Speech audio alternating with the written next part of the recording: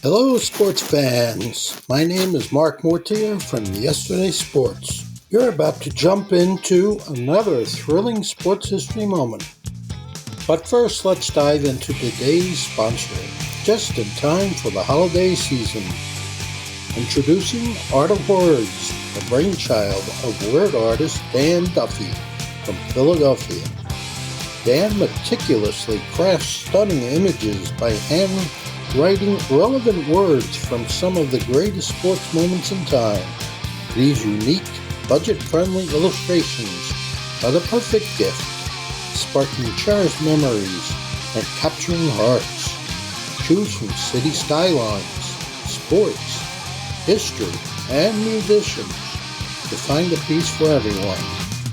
And here's the exciting part. For that sports fanatic in your life, gift them a piece of their favorite team or player's history. Art of Words tells a compelling story. Explore collegiate stadiums, each meticulously crafted with every football victory etched in words. Or venture into baseball stadiums, handwritten with every player from the team's illustrious history. Don't wait. Order a print today for yourself and your loved ones this holiday season. Transform your wall into a gallery of captivating art and surprise your family and friends with a print of their own. Use code SHN15 at artofwords.com for a 15% discount on your order in November and December. Visit Art of Words, where words magically transform into stunning art, evoking cherished memories and touching the hearts of those you care about. Again, use the code SHN15 for 15% off at artofwords.com. Welcome to the show, everybody! Today is Sunday, June 26th, 2022. This is Season 2, Episode 4. And there will not be a Dunks side of this episode. And this episode is dedicated to my grandpa. And I've already talked about his favorite basketball team, the Boston Celtics. Some of his favorite players from the Celtics was Bird and Havlicek and Cowens. He also liked George Mikan from the Minneapolis Lakers. But we're just going to talk baseball today because that's what he loved the most was baseball. So my grandpa was born June 26, 1935. He would have been 87 years old. He was the fifth of six kids, and he was the youngest boy. There was his older brothers were 4 years older than him to 14 years older than him. So a lot of age disparity there. So he'd get picked on, but he brought it on himself a lot as well because he always said he was mouthy. That's probably where I got it from. He was the kind of troublemaker, but never got enough to get in trouble with the law. He played baseball growing up, and he would actually go to the golf course and find golf balls in his free time as well, and then he would sell them back to the golfers. One story he liked to tell me is that one of the golfers gave him a golf club, and he was in the backyard hitting the ball around, and then he finally got a hold of it, and it shot through the back of the house and went out the front of the house and apparently whizzed by his dad's, my great-grandpa's head, which then proceeded to make his mom mad, who then came out and took the golf club and wrapped it around the clothes hanging pole in the backyard. So he dropped out of high school at the age of 16 and talked his mom into signing the paper for him to join the Air Force. And this was 51, right around 51. And which was about the same time that we were starting to get into the Korean conflict. So he served during the Korean conflict, but never went to Korea until after the treaty had signed, and then he spent 13 months in Korea. He, at one point in Germany, he was on a plane that caught on fire, and as it was landing. Another point was when he was in Korea, and because he was an airman police. So that's what he did. He was doing rounds in Korea and was taking sniper fires, and he always told me that he had to crawl on his belly to get to the phone to radio for help, which then brought in the tank, and then the tank lit up the mountain that the sniper is shooting from, and he said out came all the snipers with their hands up. So he also said that he went around the world twice before he even married my grandma, who he met in elementary school, since she was one of his youngest sister's friends. They married in July 14th, 1956, and then my grandpa had to finish his time out in El Paso. So he went to El Paso to finish that out, and my grandma stayed in Sioux City. She did make one trip down to see him on the bus, and then basically lived with his parents here in Sioux City. And then in 57, they had their first child, which was my my Aunt Mary Jean, and then they had 6 more after her. So yeah, it was during his time as a kid listening to the Yankees games on the radio, and also his time in the military when he would also listen to as well. And my uncles always told me when they were growing up, even in the 60s and early 70s, that if the Yankees were on the radio in the house at all times. And he had this really old radio, which was pretty cool. His favorite Yankees of all time were Mantle, Whitey Ford, and Yogi Berra. And then he had one non-favorite Yankee, which is Rocky Calavito. He was a welder after he got out of the military. Then he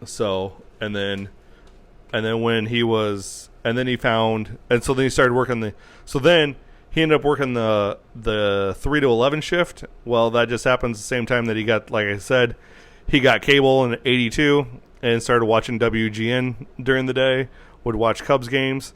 So then, like I say, if it wasn't for WGN and the Cubs, I would have been a Yankees fan. Could have been. What could have been? I could have celebrated 5 championships already in my life instead of just 1. And an awesome year that they're having this year, too. He loved the Cubs, and, but he was always a Yankees fan deep down. He did see the Yankees win 5 World Series in his lifetime, and he'd always, every time they won, he'd have the biggest grin on his face. It was like the most happiest I would see him. So, like I said, they had 7. My grandparents had 7 kids, 10 grandkids, and 13 great grandchildren. He did not live long enough to see the Cubs win a World Series in 2016, as he passed away July 26th, a month after his 81st birthday and 12 days after their 60th wedding anniversary. He battled prostate and brain cancer. But the Cubs ended up winning in November, but the 1961 New York Yankees is what sets itself apart from all the others that my grandpa followed and loved. So, a little bit of on this day before we get into the 1961 Yankees is on this day, June 26, 1935, the day he was born, a Major League Baseball record was set by Lloyd Wainer for 18 putouts from center field during a doubleheader versus the Boston Braves. And my Did You Know has a little bit of Yankees lore in it as well. Because did you know that Carroll Hardy, he pinched hit for Carl Yastrzemski, Ted Williams, and he had a pinch hit home run for Roger Maris when they were Cleveland teammates. The only person to pinch hit for all 3. So, 1961 was the year the AL expanded the schedule to 162 games due to the expansion of 8 teams from the never played a single game Continental League. The AL added the Twins that had moved from D.C. as the Washington Senators. Then they replaced the Washington Senators with another Washington Senators team. And they also added the Angels. The NL was still at 154 games this year in 1961 until 1962 when they expanded. 1961 saw Warren Spahn win his 300th game. Willie Mays hit his 300th home run. Sandy Koufax attempt to steal and was thrown out. That was the only attempted stolen base he had of his career. The Phillies lost 23 straight games, which is still a modern-day record. And then there was Mays and Mantle, or not Mays. There was Maris and Mantle chasing Ruth for 60 dingers, with Maris hitting number 61 on game 163. Since they had to, and there was 163 games since they had to make up a tie game with the Baltimore Orioles early in the year. MVP for the AL was Maris, and it was his second straight year that he won the MVP award. The Cy Young went to Whitey Ford, and the Rookie of the Year went to Don Schwell of Boston. On the NL side, you had Frank Robinson win the MVP award. There was no Cy Young Award winner in the NL due to, at that time, until 1967, the award was only given to the best Major League pitcher. The NL Rookie of the Year was Billy Williams of the Chicago Cubs.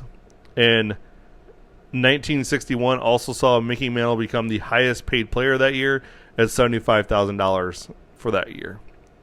All this brings me to the 1961 New York Yankees. The Yankees played at Yankee Stadium, which was home of also the New York Football Giants at the time.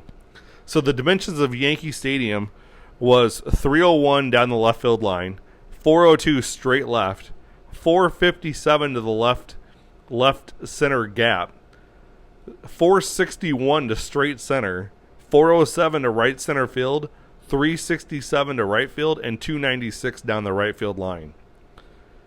And this team hit 240 home runs that year. It was a giant, weird horseshoe that they had to expand due to the football stadium. This stadium could also hold 65,000 people at any given moment as well because of the football side of things. And it wasn't until the 70s when they renovated it did they actually make it more like a diamond shape and brought the center field wall in due to the Giants all now playing at the Meadowlands of New Jersey. The Yankees that year finished with a record of 109, 53, and 1, all because of that tie. They also had the second coming of Murderers Row with Mantle, Maris, Berra, Elston Howard, Johnny Blanchard, and Bill Moose Skowron. The six of them combined for 207 home runs of the 240 that were hit.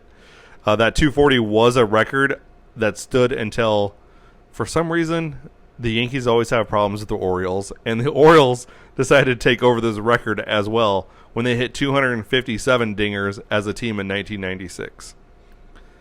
The 1961 Yankees were also under new management as 41-year-old Ralph Hoke replaced Casey Stengel after he was let go at the end of the 1960 season, with the Yankees ownership citing his age at 70 years old. Then Casey Stengel made them have a press conference to where they asked if he was fired, and the Yankees the Yankees ownership did not answer. And then they got to Casey Stengel, and he asked if he was fired, and he goes, "Fired, quit, who gives a damn? I'm out of a job." He then went on to manage the Mets and won a championship with them in 1969 as the miraculous Mets. Ralph Hoke didn't make a change that Casey Stengel would not do, and that was he switched Mantle and Maris in the lineup. So in 1960, Mantle and Maris were batting. Mantle was third, Maris was fourth. Maris still hit 39 home runs in 1960. Well, Hoke came in. Ralph Hoke, I don't know how you pronounce it, comes in and he immediately switched them around. So then, instead of Maris seeing, just the back of them actually having a pitch to they just throw whatever at Maris. With having Maris bat third and Mantle bat fourth, it ended up giving Maris not having to see a lot of bad pitches. So he was able to start opening up on his swing a little bit more, which, probably helped him hit 61 home runs. Because, A, you're going to face Maris or you're going to face Mantle. And at that time, you were going to rather take Maris over Mantle. So, also, one thing about Mantle that I didn't know until I started researching this. Well, I knew about the injury. I didn't know about what it actually was. So, let's talk about the injury for one thing. So, Mantle in the 51 World Series was playing right field. Joe DiMaggio was playing center field. And they're at the Polo Grounds, and rookie Willie Mays hits a short fly ball to shallow center field. DiMaggio's coming in to get it. Mantle's doing what right fielders do. Is going to back him up, at which point he gets a spike caught in an open drainage and ends up twisting his knee. People that were there report him going down like he was shot. So he ended up getting carted off and knocked him out of the rest of the series. And it has been since speculated by doctors that he tore his ACL. Well, at that time, they didn't have any type of surgeries on ACLs whatsoever. It was a career ender. So basically, Mantle played the rest of his 18-year career with a torn ACL and was still considered the fastest man to first base. So, yeah. Also, this 61 team was pretty much the 60 Yankees as well. And the 60 Yankees lost to the Pirates in the World Series in 7 games after outscoring them 54-27. And if nobody knows, this is the series where the Yankees lost and Bill Mazeroski hits the game-winning home run in the bottom of the 9th to give the Pirates the World Championship. So this team comes into 1961 playing with a chip on their shoulder. And the first 2 months of the season wasn't, extraordinary for them at all, because they only went 9-5 in April, losing their opener to the expansion Twins, and then they lost 3 games to the Orioles and tied 1, and they ended with a loss to the expansion Senators as well. Maris only had 1 home run at this point, and Mantle had 7. May was a little bit better, but not much. They went 14-12 in the month of May, and were only 3.5 games back of the Tigers at the end of it, so that was good. However, they were at one point only 2 games above 500, and the power combo of Mantle and Maris at the end of May had a combined 26 dingers. Then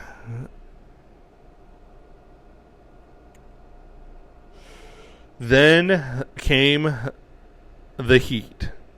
All right. So they were 2 games above 500 in the middle of May. Then they went on to win 6 of the last 8 games of that month.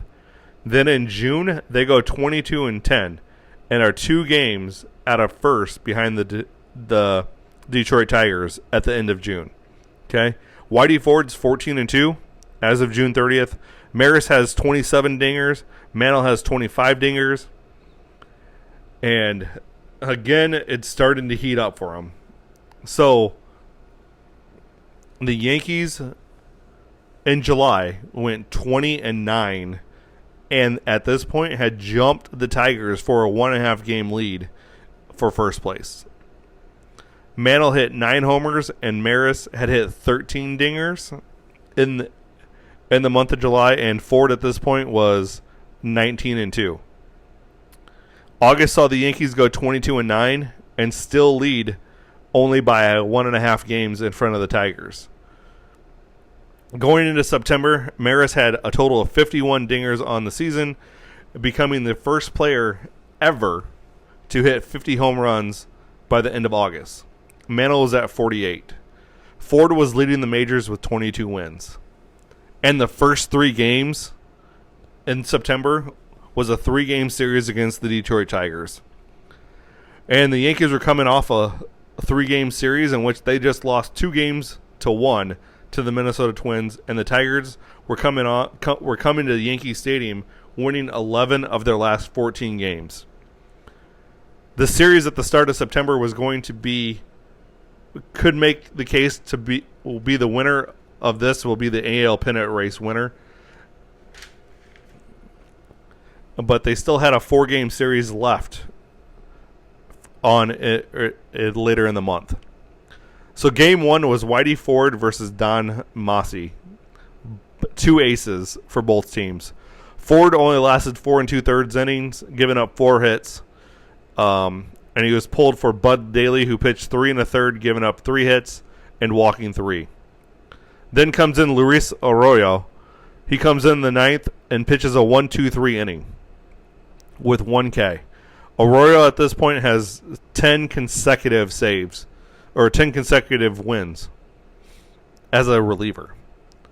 Massey had pitched the entire game for the Tigers and had 7 Ks, including striking out Mantle 3 times and Maris once. Then with 2 outs, Howard and Berra, Elston Howard and Yogi Berra, both singled to bring up Skowron, who hit a single down the third base line to drive in the game winner. As Howard crossed the plate for the game, so they win. So the Yankees win the first game of the series 1-0. The Yankees then win the next night 7-2, and that saw Ralph Terry for New York and Frank Larry for Detroit. The Yankees had 8 hits, 2 of those being Maris dingers. Then game 3 of the series saw the Yankees winning 4-1. Saw the Yankees winning 4-1 after 5. In the 6th and 8th, the Tigers scored a run in each to make it 4-3. Then comes the top of the 9th, and Aurora's on the mound, and the Tigers scored 2 to make it 5-4 and take the lead. But the Yankees weren't done.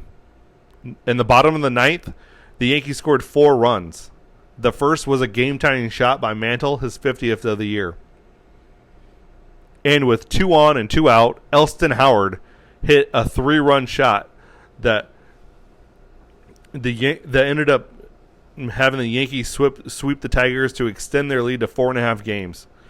After this game, the Yankees would go on to win 10 more straight, while the Tigers would lose 5 straight. When the Tigers would win again, they would be 10 games back. And at the start of the next series against the Yankees on September 15th, the Tigers were 10.5 games back. The Yankees and Tigers ended up splitting that series 2-2. But the Yankees had already taken control of the pennant race and clinched the pennant on 9/19 after winning the second game of a doubleheader against the Orioles. With the AL clinched by the Yankees, they just had to wait and see who their opponent was, which at this point would be the Reds, and the Reds would clinch the NL pennant on September 25th when the Dodgers lost to the Phillies 2-1. Mantle would not play the last 4 games of the season and in only 2 of the 5 World Series games due to a hip infection. Maris would hit dinger with 61 against Boston on October 1st, and MLB Commissioner Ford Frick did what he promised to do, and he put an asterisk next to the 61st dinger. Frick did this as he was a close friend to Ruth and the Ruth family, and in 1991, Faye Vincent removed the asterisk, and Maris had passed away in 85 without knowing he was the home run season king. And that was up until 1998 when McGuire hit 70. McGuire hit number 62 on September 8th, 1998 against the Cubs. The 61 World Series would be won by the Yankees 4-1, and they outscored the Reds 27-13. In game one, Elston Howard and Skowron hit solo dingers as the only run scored, and Whitey Ford pitched 9 innings of 2 hit, gave up 0 runs, and struck out 6. Game 2, the Reds won 6-2.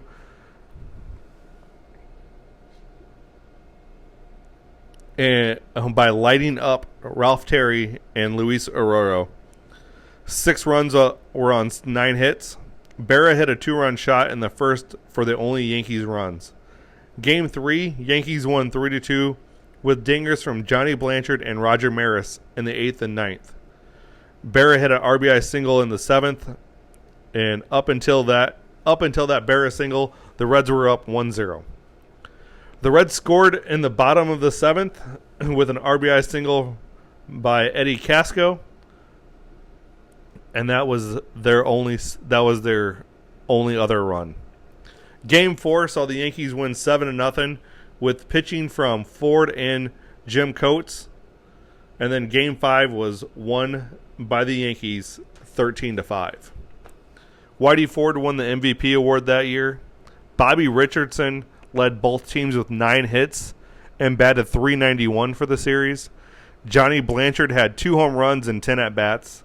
Maris only had 2 hits, a dinger and a double. Hector Lopez drove in 7 runs and 9 at-bats while only having 3 hits. It was a single, a triple, and a dinger. And there was only 1 stolen base between the two teams the entire series. But the stat of the 1961 season has to belong to Luis Arroyo. He went 15-5 and had 29 saves while pitching 119 innings. Now, as one of the probably most forgotten teams to be around, the 61 Yankees has to be considered one of the best teams of all time. I mean, they went 109 and 53-1, which makes them 7th all time in the list of teams for wins, and the 3rd most wins by a Yankee team behind the 98 and 27 Yankees. The 61 Yankees had stats of they finished 3rd in at-bats with 5,559. They scored 827 runs that year. They had 1,461 hits, with 240 of those being home runs. They had 40 triples. They had 194 doubles. They walked 543 times. They had 35 hit by pitches, and they only struck out 785 times. They had a slugging percentage of .442, and they batted .263 as a team. Their .330 on-base percentage ranked 7th that year. However, the tail of the tape is their pitching staff, where their pitching staff was 2nd in ER with a 3.46 ERA. They were 6th in complete games with 47. They threw 14 shutouts. They had 39 saves, and their pitchers threw the 3rd most innings. They gave up the 2nd most, or they were 2nd in hits, which they only gave up 1,288. They also only gave up 558 earned runs, and they only gave up 612 runs all season long. They only gave up 137 home runs. This pitching staff was elite, led by Whitey Ford.